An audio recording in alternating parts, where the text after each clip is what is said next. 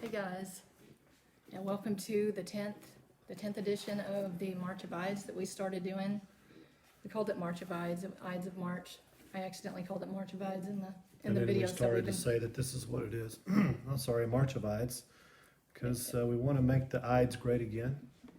Yeah, because it didn't always used to be an omen, the Ides of every month, and the Ides of every month is not always on the 15th, it's on the 13th or the 15th. And anyway, so just like Trump is making America great again, we are making the Ides great again. And What's up, Mr. Frank? we are talking, Long time. what we do in these videos is we talk about some of the good things that are going on that the mainstream media tends to gloss over. And then we also mention synchronous dates in history that we think bears bringing up and mentioning again. Anyway, so we'll go ahead and get started. And part of what we do on these too is we want people, we're finding out stuff on our own, and we want other people to do the same thing. And it's not always what you see in the media. And so, but we can get into our dates first, because we always have on this day in history every month. And so first is the Council of Trent. What was the year? 1545. And that was a big deal when they were trying to reform the Catholic Church. And Martin Luther. Was around that time. That was the Protestant Reformation, and the Council of Trent is kind of looked at as like an anti-Reformation because so many in the Catholic Church didn't want the changes going on. Council of Trent is actually kind of interesting because it's where a lot of people were becoming Protestants. A lot of people in the Catholic religion weren't. They didn't want to become Protestants. They wanted to continue with the traditions of old, and especially like the popes and the people that were leading Catholicism. They weren't ready to get rid of their indulgences and all of the things that were going wrong. And you look at their corruption, basically. You look at where we are now with the Catholic Church and this pope, and we kind of come full circle back to where the number 3 man in the Pope's inner circle has just been ousted because of pedophilia, basically. Yeah. And then we get to were we doing that? the massacre at Calabrita. Calabrita. Yeah, I don't know how to say it. It's a Greek. Calabrita, I believe it's in Greece, and this is in 1943. People don't realize that during World War II, Greece was a hotbed, and the British at the time were really trying to help them out. I know they had a bunch of operations going on down there. Part of it was because in the Balkans, there was a lot of oil down in there, especially in Romania. So it was a very strategic area for the Germans, but it was kind of a soft underbelly of the German Nazi defense when they held all of Europe at that time. So, but there was a massacre there conducted by the German army in 1943. They basically wiped out the male population. They tried to kill the women and children as well. Yeah, they tried locking them up in a church and burning them to death, but they were able to get out. And the reason I thought it was important to talk about this because the Greek resistance was like one of the largest resistance factions in all of the Holocaust, and I'd never heard of it, not in anything where I would remember it. Right. And the thing about this is, with the Holocaust, our history focuses on the 6 million Jews, but they forget. And it's not to diminish the Jews went through, because they went through this for decades with Germany, but a lot of, it was Slavs and it was Gypsies and the German, millions were killed and 6 million of them were Jews. But we forget there were, the Germans they didn't like very many people back then. So they went after many groups. And because the Greek resistance was one of the most powerful, that's why they decided they were going to wipe out the male population, which I think they had 13 male survivors. Yeah, not very, a handful. Yeah, that's incredible. I can't believe I haven't heard that. And then next is the Knesset. Yeah, the Knesset. And the legislative body in Israel voted to move the capital from Tel Aviv to Jerusalem, which is where it should be. And then we were going to Saddam. So, this is 2003. We talked about this, about maybe including it or not. Saddam Hussein was captured in 2003. It's called Operation Red Dawn. And we're, it's 2018 now. We're still there. We're still there. It's not as big a presence as it was, but we lost a lot of precious blood there. And, a lot of conserva bros, as they're called by Bill by Crystal. people, Bill and Crystal and all those these people. guys. These people, supposed conservatives, Republicans, they cheerleaded us into a war.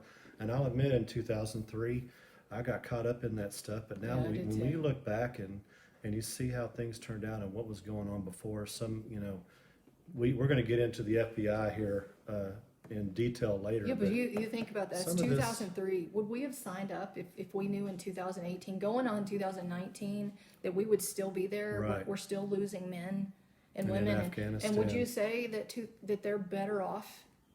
You look at what's happened in the Middle East. It's just been totally turned upside down, and they're all fleeing, coming to European countries, and some of them coming to America. Coming to bring that hate into Europe too, and And I wonder, was that not the whole goal? yeah, perpetual war. Yeah.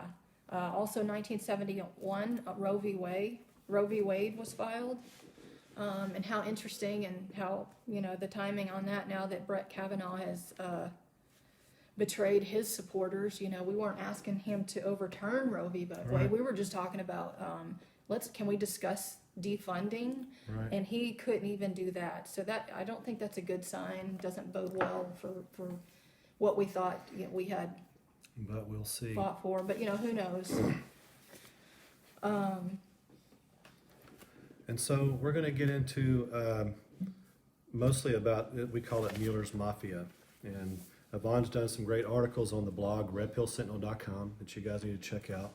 And we're not going to go, well, we're going to get into some detail, but there's a history of the way Mueller, his modus operandi, how he operates, his tactics, and the people around him, like Weissman, their tactics. And you can bring up the Enron task force, what they did to Merrill Lynch and to innocent people. And Mueller has a track record of going after innocent people, and Yeah. Comey along with him. And this goes back decades. Yeah. But there's a start. You can go back to Bill Clinton's Attorney General, Janet Reno.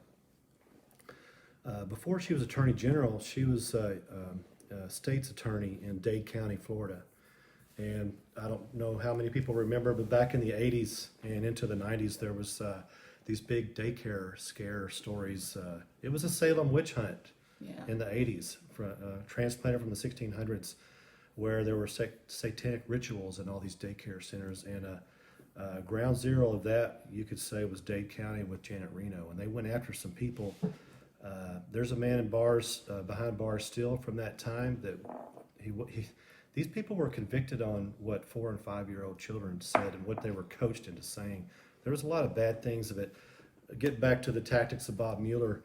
You can kind of see where he started to get it from, because Janet Reno put this girl, she's 16 years old at the time, put her in solitary for months until she copted to doing bad things to children. She pled out. But it took, a 16-year-old girl, it took her 10 months. She was held in a cell. You can look this up, and these stories we got the stories that we're pulling from. It's open source. It's not like we have any sources anywhere. You pull it off the internet. It's off the Washington Post, the New York Times. The stories that we're going to tell you about today. Great left-wing rags, but And you think about that. They put this girl in solitary confinement. She was, 16, 17? Turning 17. And then today we just learned about the Maria Butina, the supposedly Russian spy. She wasn't a Russian spy. She was a non-registered foreign agent. Same as Tony Podesta. And they put her in solitary confinement. She's been in there for months. Jack Posobiec was, talking about it, how he saw her in the courtroom, and how she seemed very weak. And it's just kind of sad when, we put Maria Butina in solitary confinement. Meanwhile, Jacob Schwartz, who was de Blasio's aide that was busted for child porn. A lot of you people do not know about Jacob Schwartz. Yeah. And say what you will about Cernovich, but he's been keeping the spotlight on that. And, it's kind of like the Rush Limbaugh thing, too.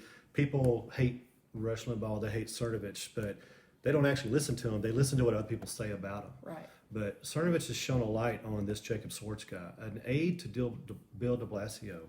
He was caught with child porn, with images as young as 6 months. on his computer. And it's been over a year. It's been over a year, and it's like every month he's got a court date, and it's adjournment. He gets an adjournment, bail extended or something, and his next court date is in January. He's never. They just keep getting moved. He just keeps. Meanwhile, this girl goes to solitary confinement. Paul Manafort was in solitary confinement. Right. You know, and it just goes to show you this corruption is deep. And we're gonna see a history of people being put in solitary confinement that are, you know, supposed terrible people, but the really terrible people, and especially ones that go after kids, nothing happens to them. Yeah. And we're going to get into that with the Mueller's Mafia stuff. Yeah. And I want to finish up with Janet Reno real quick, because this is going to segue into some things that Yvonne came up with researching all week about Mueller and posting on redpillsentinel.com. Janet Reno put this girl in solitary for, I think it was 10 months, and broke her. Put her in there naked for people to see her.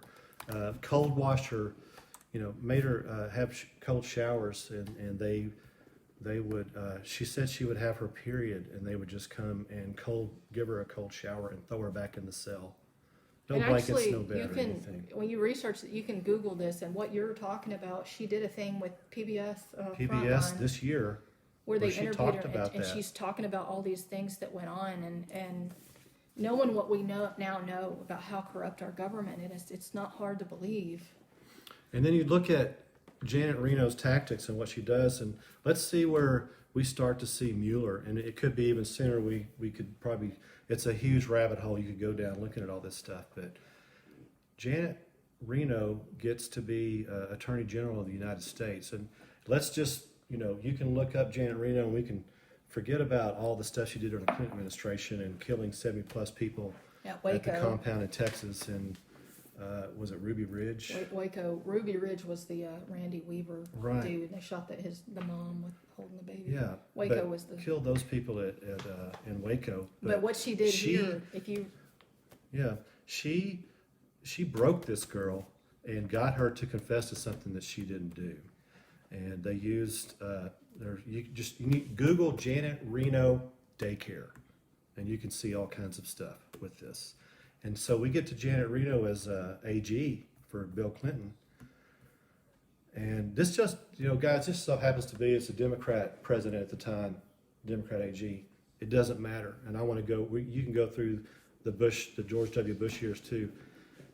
This corruption's been going on through different parties. It doesn't matter. It's not. who's There's been a in power. uniparty. That's why they're And so so against Trump. I'm going to segue into what Yvonne has found out about Mueller, and I'm going to add into it too. But Janet Reno hires a future AG. Oh, you're talking about.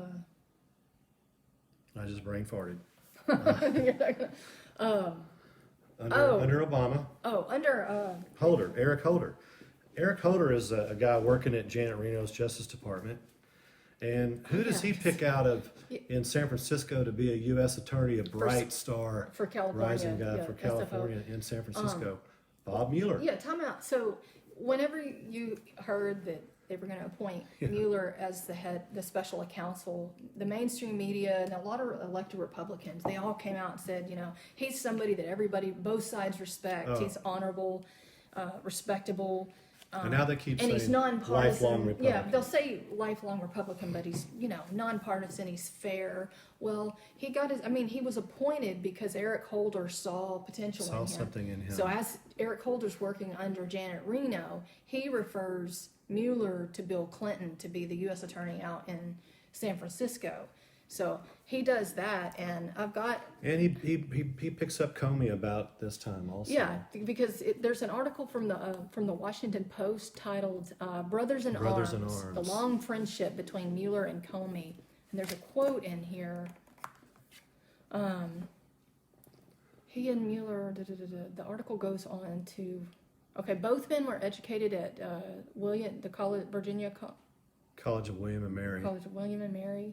Where Comey is right now teaching ethics. Right. And both men were rising stars, mentored and guided by Eric Holder in the 1990s during Holder's time in the Justice Department under the Clinton administration. So I want you to keep that in mind when you hear Republicans or anybody, the mainstream media, say he's a lifelong Republican. Eric Holder, Bill Clinton, those are the people that. So you know, if that's your idea of I guess an Anna Navarro Republican or a Yeah. Jennifer Rubin Republican, you know, S.E. Cupp. S.E. Cupp, yeah. Yeah. So it's all just words. So now then, Yvonne found some great info on Mueller. And so, I mean, start with, as U.S. Attorney in San Francisco with Asimov.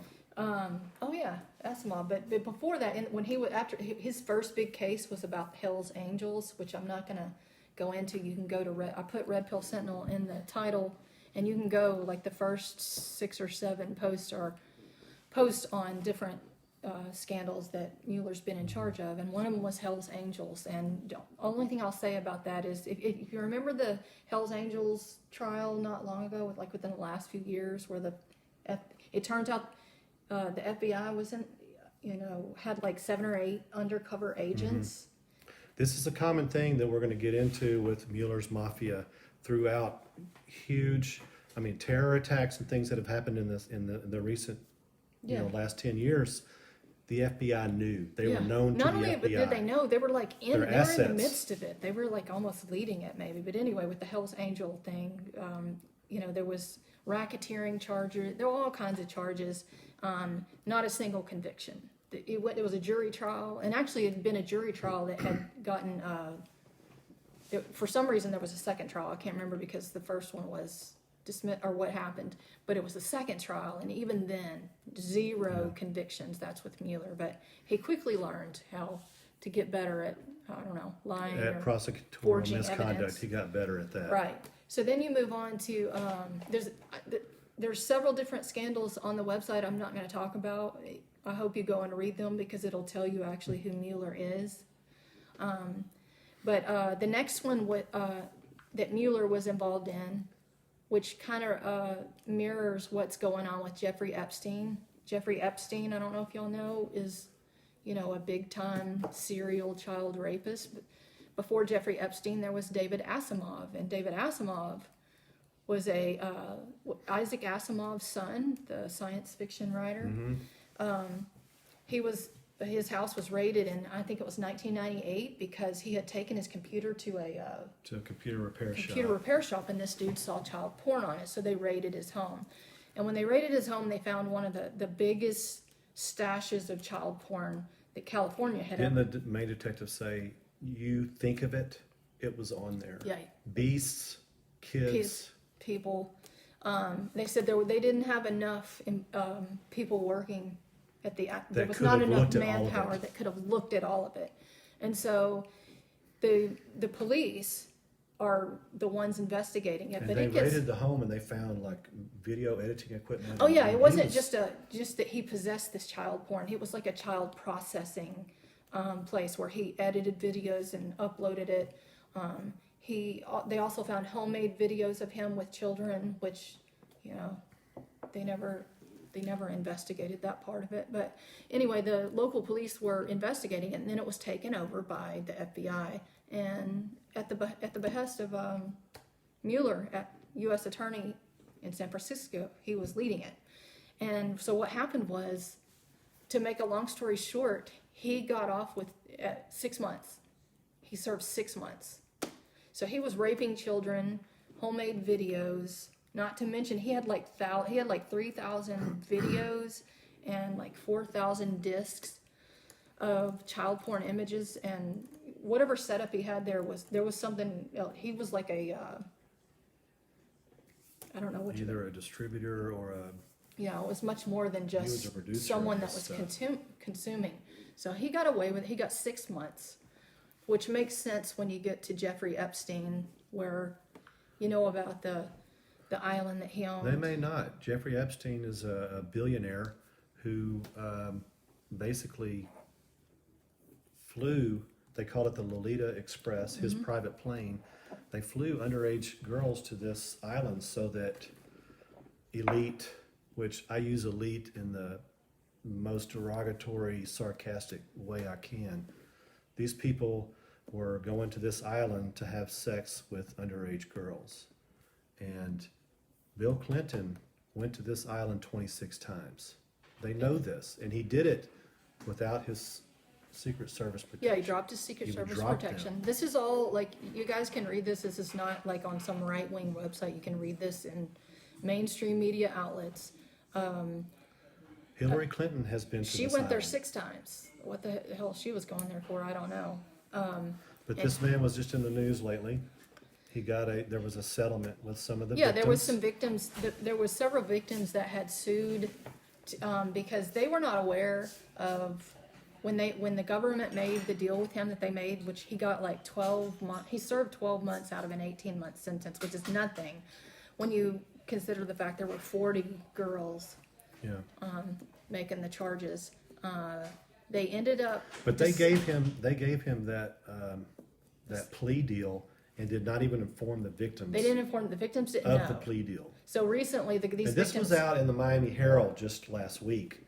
Now, the Miami Herald tried to make Trump look bad because a key person in this plea deal, which we think is disgusting, is now Trump's labor secretary. Oh, yeah, Acosta. Alex Acosta. So, I mean, when I tell you that you can go down a rabbit hole and you get, it's more like in the Lord of the Rings, a dwarf trail because it's Yeah. subterranean and it's just everywhere and it just goes in all directions. It does. But he got this deal, and in that sheriff's department, sexual convicted people for sexual crimes. Remember, they were not allowed certain things, and one of them was work release. Right. But during the whole time he was in He got his 16 year of jail, Monday through 16 Friday, hours a day, he got 16 Monday through hours a Friday, day he's work out, release. going to his So office. not that only set did he up. not serve the 18 months, he served only 12 of the 18, but he wasn't there Monday through Friday, basically.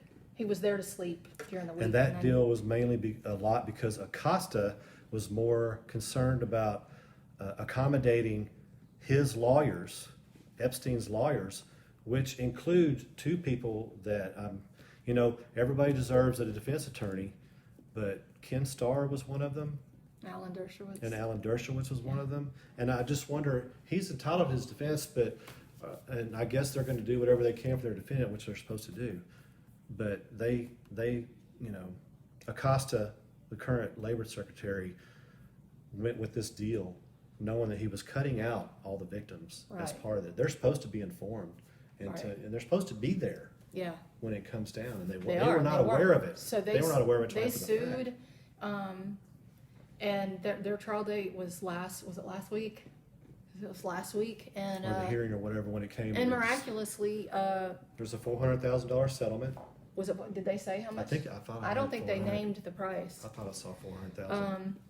I don't know, they paid them off or what happened, but nothing else was really, they settled with the victims and they were paid off, and so we'll never know. Because the judge sealed all the records. Epstein had a girlfriend that was procuring the girls, and when I say underage girls, I mean 12, 13, 14, 15. And other underage girls getting girls to come to. Right. But his own girlfriend, Epstein's girlfriend, was kind of like Madam. She kind of fancied herself the Heidi Fleiss, which you Right. could say whatever you want about Heidi Fleiss, but as far as I At know, least they she were all was adults. procuring women, not young underage girls. So anyway, he has a pattern, and it's not upstanding and honorable the way he's presented. So that was Mueller. He was over that. A lot of people don't remember the Sandy Berger took documents from the archives before he was going to testify on 9/11, and Mueller was the director of the FBI back then.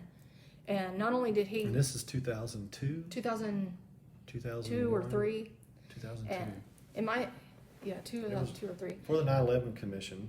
and he stuffed them in his socks or In his his underwear socks. or whatever, and he destroyed some of the documents. Never made its way Right. back. Who knows what was on those documents, but one can imagine that it was incriminating for the Clinton administration. And he got a $50,000 fine. He lost his clearance for 3 months. 3 I mean, years, 3 3 years. years. 3 years. But I mean, That he was gets it it. back. You get it back after destroying documents from the National Archives. But I wonder if he really lost it for 3 years. I wonder if it came back sooner. Yeah, We should probably. look into that. Nobody was looking. Who's watching them? So who knows? So anyway, there's other scandals. Mueller was appointed to be FBI director 1 week before 9/11, and You can go and read about another scandal on that called Able Danger, which is my last blog post, which strangely enough has been stuck at 19 views for the last, since I posted it that day, I got 19 views, and then it just like stopped. Even though the views on my blog, it was going up. Even when I went back again, it didn't. Yeah, it didn't show you on it.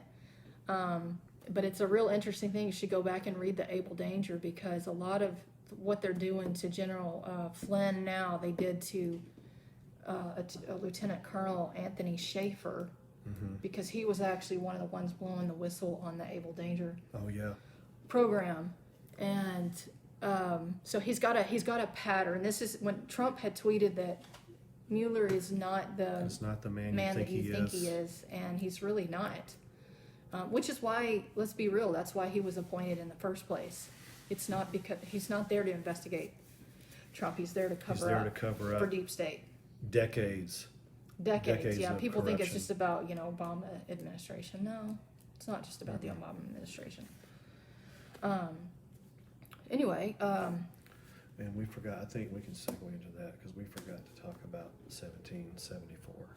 Oh, we did. That's one of my favorite That's actually, because we wanted it to stand alone anyway. Yeah. So we're going to go back to this day in history, a date. Yeah. And so today, in 1774, 4 months before Paul Revere's ride, he actually had another ride called the Midday. The Portsmouth. The midday ride of Paul Revere, but it was about Portsmouth, New Hampshire. So we actually believe, and I don't know, this is another thing that kind of goes in the category of why are there things in history that we don't know? How come I've never heard of this? I'd never heard of this before I read it. This is a ride of 50 plus miles by Paul Revere. 55 miles. 4 months before Lexington and Concord. And so this actually could have been the catalyst that started the start of the Revolutionary War. And the interesting thing about this one was never before had there been this kind of an act of defiance. So here's what happened. Colonial Boston's secret patriot network they had been hearing rumors that the British government was gonna keep them from shipping. Oh, they were going to prohibit the export of arms or ammunition to the colonies. And they'd been hearing that. They were going to disarm us. And so then they'd also heard that they had been ordered to secure the crown's weaponry. And one particularly vulnerable location was Fort William and Mary, and it was just some out there garrison at the mouth of Portsmouth Harbor, which is a province in New Hampshire, but it had a large supply of munitions, and it was guarded by 6 soldiers. So it wasn't really a big deal for the Patriots to go and take this, but it was a big act of defiance against order from the crown. And so what Paul Revere did is he took off on a journey 6 days after the birth of, I don't know which son it was, Joshua, I don't know how many children he had, but Joshua, 6 days after the birth of his son Joshua. And it was 55 miles. It was in the freezing cold. It was in, they didn't have roads the way we have now. So it was like a, rough ride. And he gets there late in the afternoon, and he meets with the Boston Committee of Correspondence. I think, or he left the Boston. He meets with one of the committees of correspondence there, and they all kind of sit there and strategize how they're going to secure the munitions at Fort William and Mary. And so the next morning, they have gathered like 200 patriots to go, and they've been strictly told not to do this. So what did they do when they were told not to do this? They put their boats in the, how do you say that? Piscataqua River. And this is interesting because this reminds me of the Battle of Trenton, where the fog covered them as they were crossing the river. Yeah, so a snowstorm cloaked the colonists' amphibious act and muffled the rhythmic dipping of hundreds of oars and approached the fort. And so they got there around 3 o'clock in the afternoon, and by the time they got there at 3 o'clock in the afternoon, they had been joined by 200 more. So they had About 400, people. which is amazing back in the day without, cell phone technology, that they were able to get all these people. So they're there. There's the 6 people, the 6 British loyalists guarding the fort, and they tell them, "Don't you approach." And they've been told, by pain of death, you better protect this place. And so they launch they shoot their guns, and I think they've got They fire a couple of some small cannons, and they miss. And after they miss, the Patriots begin crawling over the walls and using crowbars and things to get through, axes and crowbars, and they fight them. And they don't harm the ones that were guarding. They take them hostage, and then they secure all the ammunition. It was like 97 barrels of gunpowder, and they load that back on their boats. And then, so they take that, and then they decide, couriers bearing news of the attack circulated through New Hampshire, and they decide to go back and retrieve the remaining armaments, and they gather about 1,000 Patriots. So they go back, and the British had tried to mount a defense, but once they saw that they had 1,000, they realized they couldn't even put up a token defense, so they didn't even try. And the British was so embarrassed by that, they tried to recruit 30 men to defend the fort. They couldn't even get one, and that was largely because some of those Most of them present were probably part of the attack in the first place. Yeah, they were on the Patriots. So anyway, they go back and they get the rest of it. 16 pieces of cannon, about 60 muskets. And then they disseminated that all over New Hampshire's serpentine network of interior waterways on flat bottom. So they spread it out all over the colony. So Yeah, and that they it hit them. couldn't They be- hit them in hamlets throughout the region, which probably later on could have been used in the Yeah. Battle of Lexington And and then, Concord. we looked at this, and then we looked up Paul Revere's ride, the one that everybody knows about again, 4 months later for Yeah, Lexington and such Concord, where we really get started.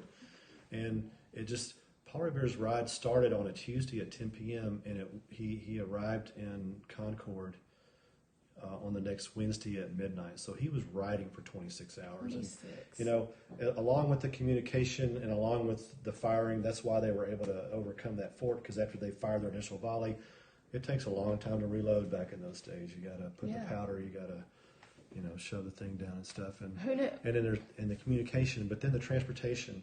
It's even riding a horse from somewhere today would be easy because of the road network and things Right, like right. that. There were no roads for a lot of what he was doing, and they were rutted, and it was. But Especially the first ride was bad weather, and it was probably cold and stuff. But even with the roads that we have, can you imagine somebody riding 55 miles On in a horse. freezing cold? Or 26 Yeah, hours? 55 miles in the first ride. We can't find the number of miles in Paul Revere's ride to Concord, but it was 26 26 hours, hours. So You can it was guess. quite a bit. And what we take away from this story about Paul Revere is there were people back in those days that were living like they wanted to be free. And so I think that kind of segues into what we want to talk about to wrap this up is we need to live like we want to be free, and part of that is accountability to ourselves and for our representatives. And we're not doing that. We haven't been doing it for decades. The federal government is supposed to be, it's a consent of the governed. That's us. The government is there because we let it. And it's us that has to change it. Everybody's looking at Trump, he's letting us down. He's not doing what he's And supposed there to may do. be some people on here that can't stand Trump, and I'm just going, guys, when everybody is against everybody, Republicans and Democrats don't like the man, maybe it's because he's over a target that he needs to be over. And maybe somebody else is over the target that we don't know, because there's a lot of stuff going on right now. And get rid of all the flack and all the crap that's being said. What has he done? And the first thing he did wrong was run for election as a Republican. Right, all right. And then the next thing he did wrong was to win. He wasn't supposed to do that. And Trump, I'm not going to be a blind supporter, because we're going to talk about some things here shortly about some shortcomings we believe, because he needs to be held accountable as well. Right. But you know, I'm missing my train of thought. He's just a man, and He's you just know, a man, a lot of people don't like the flaws that he has, or the. But here's my train of thought: is he was not a homophobe or a misogynist or any of this stuff until he declared as a presidential candidate as a Republican. And I used to call myself a Republican. I'm not a Republican. I'm a conservative, and I'm kind of more like along Cernovich lines now. I'm more like a populist. Yeah. Free economy. I used to love the Wall Street Journal because their little short tagline was "Free markets, free people." Right. And that spoke to me. Very simple and very direct, but covering a broad thing. Right. But I've been so sick of decades of being associated as being a racist or a misogynist or a homophobe or whatever, just because of the party that I usually vote. And I've always voted Republican.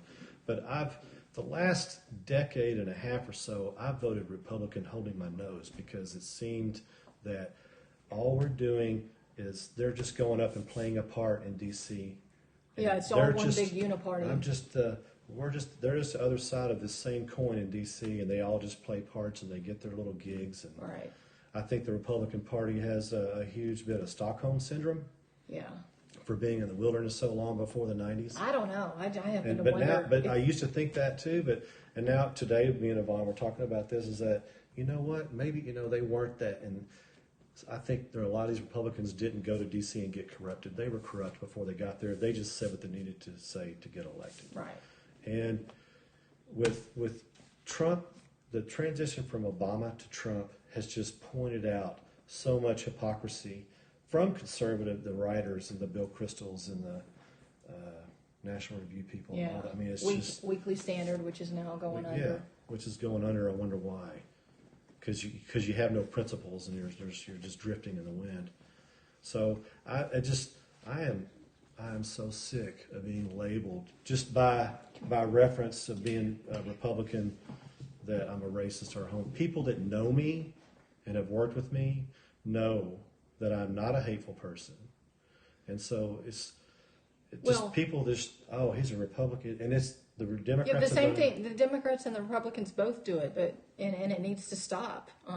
We can agree to disagree, and just because we don't believe like you do doesn't mean that we're these hate mongers that want dirty water and dirty air and just the same tired stuff. And when Kavanaugh gets Supreme Court, people are going to die. I mean, how many people have died over and over because of tax cuts and Kavanaugh's on the Supreme Court and all this stuff? And Brett Kavanaugh just caved on and went with the liberals on defunding Planned Parenthood. So what are y'all crying about? And so we get in the Ides of March, or the March of Ides. What we do is it's making the Ides great again, because the Ides used to be a celebration. It was kind of like their New Year back then. Shakespeare's the one that made it. Beware the Ides of March. Right. It's a portent. It's an omen, a bad omen. The Ides used to be their celebration. It was the beginning of their growing season. And there's there's actually a lot of good going on. People fretting about Trump and what he's not doing, or the fact that we just lost the House. And I'm frustrated too with a bunch of different things. But Hillary's not president. Right. Trump is. Trump bought now it. People don't want to accept it, and the big fear before the 2016 election was, oh, what if Trump doesn't accept the election? Right, well, now it's Hillary that didn't accept it. What if Hillary didn't accept it? Hillary supporters didn't accept it.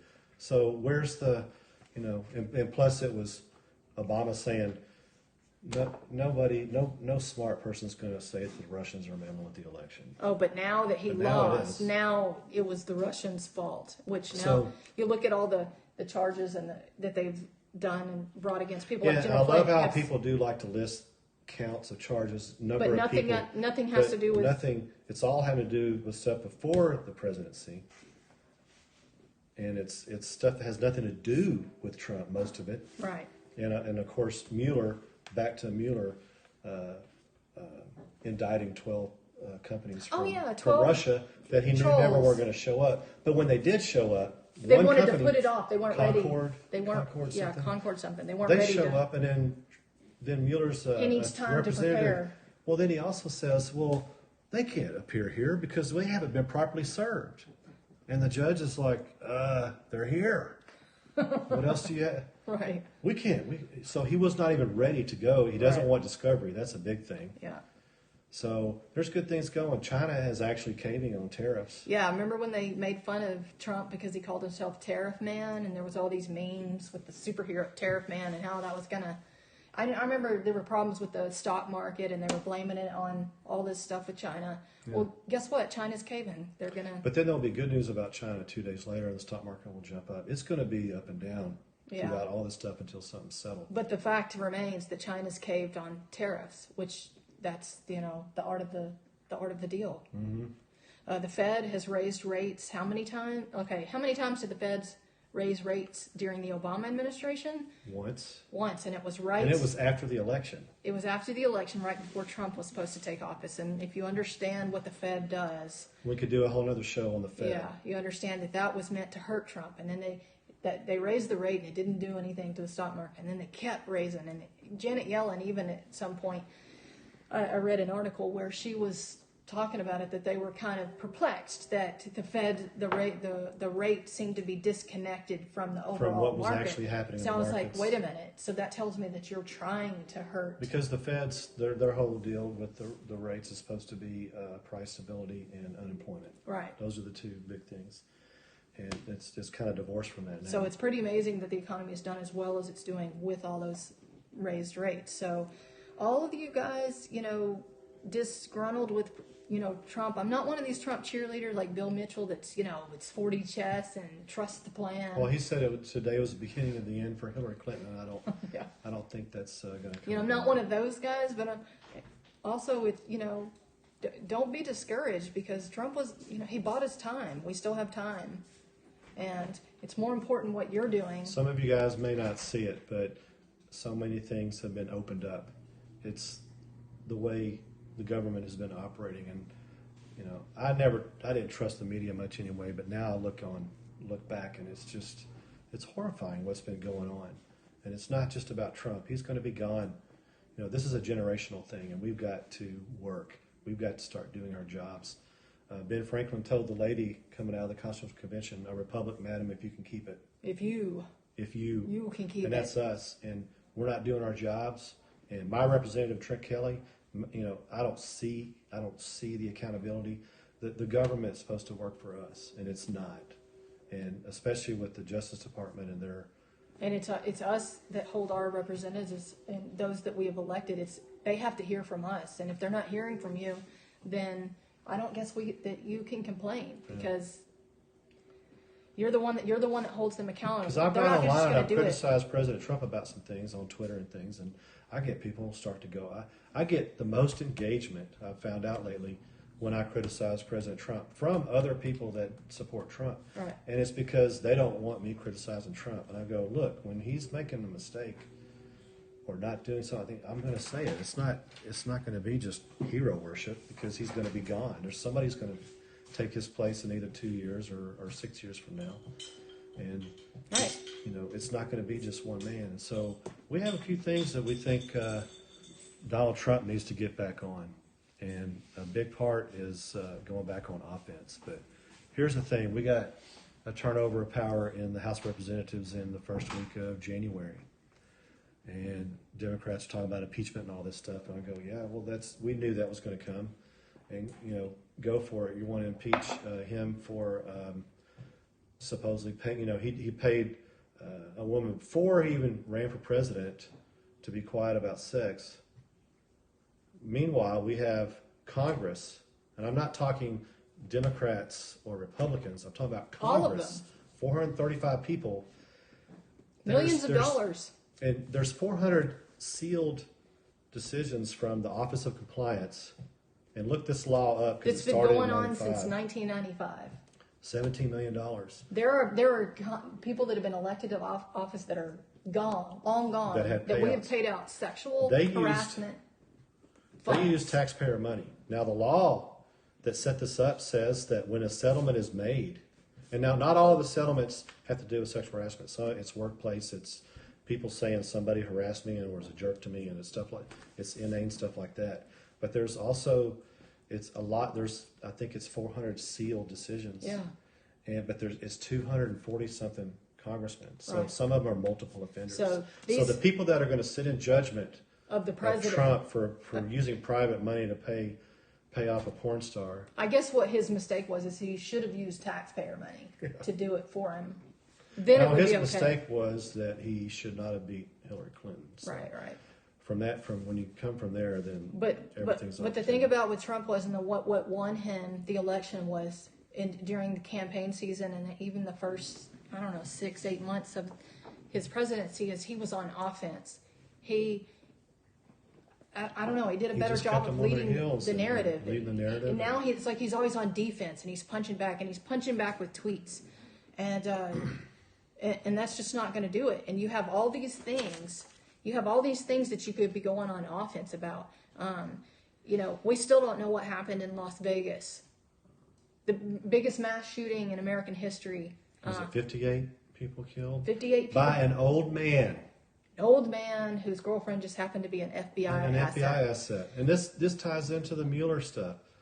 FBI asset. Right. Orlando.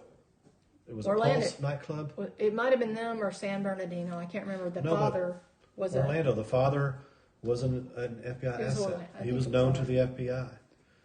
In New Mexico compound. Remember, they found the other kids, but the one kid they were looking for, well, they found his remains days later when they raided this compound. And they find in the compound that they were training kids to be school shooters.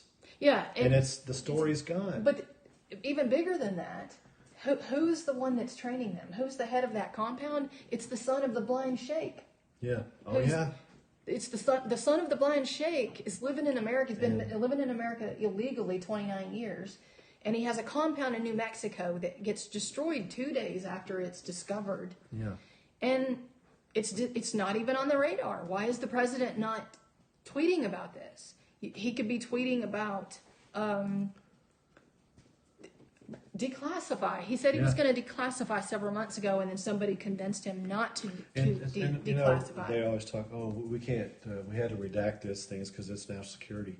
But every time it has come back and some of it's been unredacted, it's only been because it was going to be embarrassing to the FBI. Right. It wasn't national security. Right. So we have a challenge to our GOP leaders. I talked to the Office of my Representative today for a little while. They were very polite, seemed like good guys, but I told them that I don't hear the GOP talking about, which we can get into the GOP and Ronna McDaniel and her negligence, but I don't see the Democrats. They fight to win. They defend. And I can't stand what they're doing, but they defend unite, their own. They will their own. go to bat, and the Republicans will throw you under the bus at the first sign of trouble.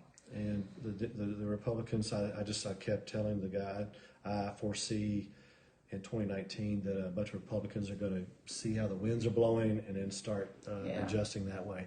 So I have a challenge to our GOP representatives and Trent Kelly, for me especially. For Yvonne, it's David Kustoff. They're going to, if they do start these impeachment hearings, and the House representatives, they'll have a quorum without Republicans. They don't need them. The Democrats have the numbers. So I don't want to buy into the premise. I don't think our party should buy into the premise of what they're talking about on this impeachment stuff. So we challenge the GOP to walk out and just not even attend. What have you got to let lose? them hold impeachment hearings and talk and pontificate and be self-righteous. Yeah. And what do you have to lose? Some of the same people that are going to be in this, go look at their comments about Bill Clinton.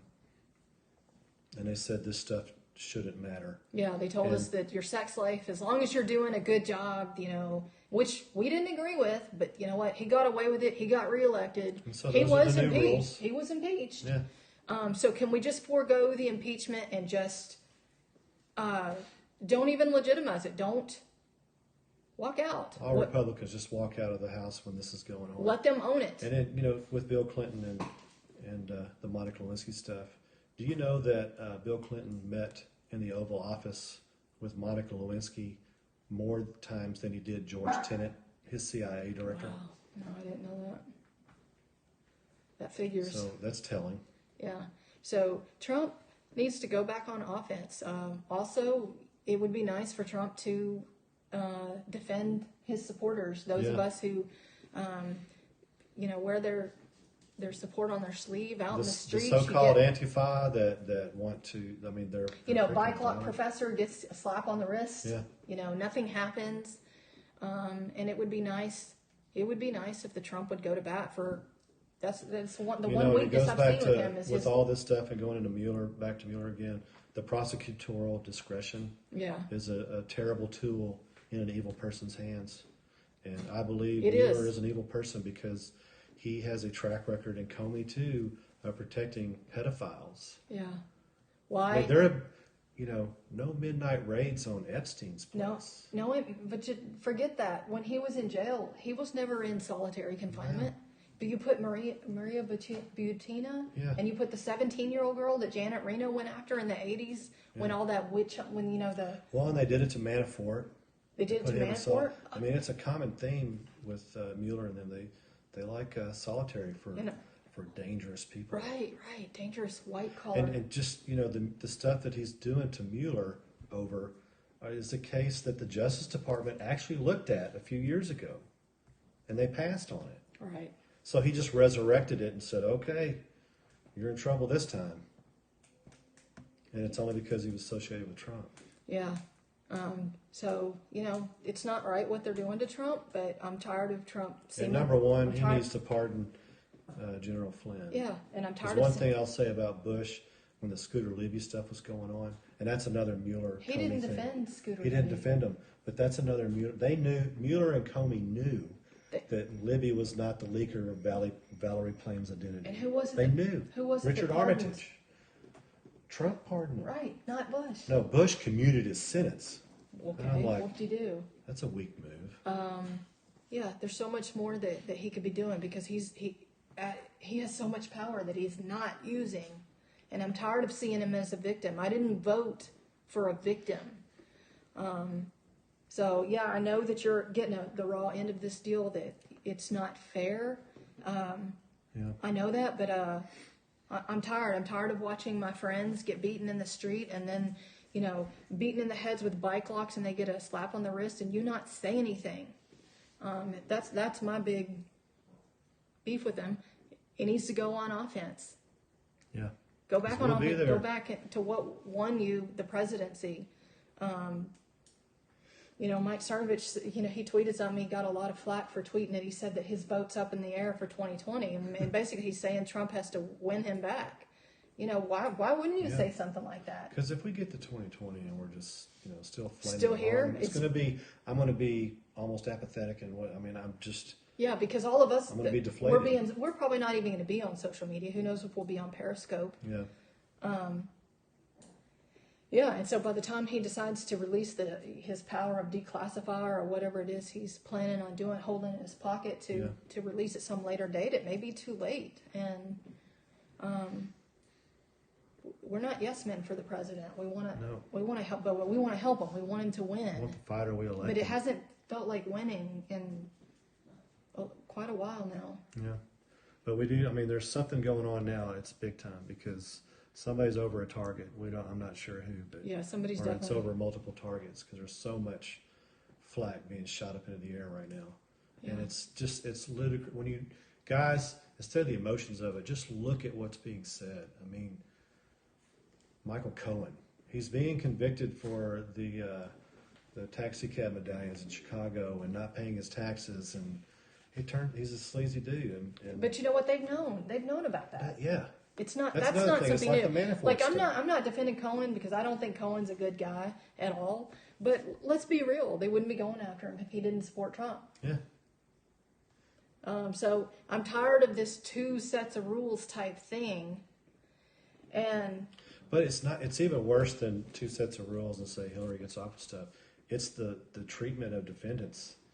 And, we didn't talk about Ted Stevens, and that's why you need to go to redpillsentinel.com to see those articles about Mueller and Comey.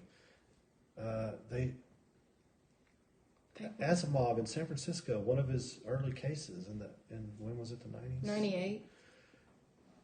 This guy has thousands of videos of Child rape. and it's, you can't even go further than that, but it's worse than just saying, it's worse than that.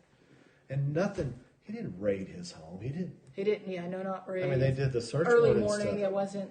it wasn't a big deal. But he gets 6 months. And what was the case where Mueller was calling up somebody and saying, the parole about or getting out, the pro war guy. With the 4 defendants, the mafia guys, and 2 of them died in prison, and Mueller was calling up and saying, hey. What was that? That was for the... The Gambino stuff? Oh, that was the Whitey Bulger. Whitey Bulger, yeah. Whitey Bulger. There was a gangland murder where the FBI under Mueller convicted 4 men, which, they probably weren't good men. They were members of the mafia, but they weren't guilty of this murder. Of this particular one. And they convicted them, and years later, it came out that they weren't responsible, and we ended up having to pay $100 million to them. 2 of them died in prison. And Mueller had written letters over don't let them out. Don't. That's Mueller. I think he probably vaguely threatened that parole officer. Yeah. This is what this stuff can happen to you too, or something like that. Yeah. And oh, that's frustrating. Another thing, one more thing before we wrap this up, defending us on wearing our support for Trump on our sleeve, or the social media bias, which Scott Adams did a Periscope earlier today. Because on Google, if you Google his name, pictures comes up with him, dressed as a Nazi. Uniform. And Scott Adams is not on the right. He's not. I mean, he's about as benign a person as you can get, which tells you that nobody's safe. And this comes on the heels of Google's CEO on Capitol Hill yesterday, and this seems like just a big FU to people saying, "Hey, we'll start messing with you too." Right. So what they've done is they put a target on him. His back. Take him out. He's a Nazi. He needs to be taken out. You remember some years ago, Google took out of their platform or whatever, "Do no evil." They took that out. Don't be evil. Don't be evil, because they're working with China, so they could be in China to help China go after their own dissidents. Yeah. So Google's getting to be an evil. So we'd like to see Trump fight back harder on this stuff, especially on the social media stuff, because if I don't know if the president knows how much we helped elect him through social media. I'm starting to wonder and think that maybe he doesn't. I hope that he changes his mind on this, because 2020, if all of his most influential accounts like Laura Loomer and Alex Jones and Milo are banned, we're not going to be able to beat back the mainstream media's lies about him. So I hope that somehow that not necessarily this Periscope, but this message gets back to him that we had his back when it mattered. And then to all you guys too, it's consent of the governed, but we have to be consenting. We have to be involved. Right. And calling our congressmen and emails and letters and stop thinking about what the president is doing or not doing, and start looking in the mirror and figure out what you're doing. Because it's actually more important what we're doing, because we're going to be here even after he's not president. And so he can't do it by himself. So I'm not sure what the Ides of January is, but I can't remember. I have to look that up again. It's probably the 15th. It's either the 13th or the 15th. So we'll be back. We'll wrap this up, and we'll be back next month. Thank you all you guys for watching. We'll be back in a month.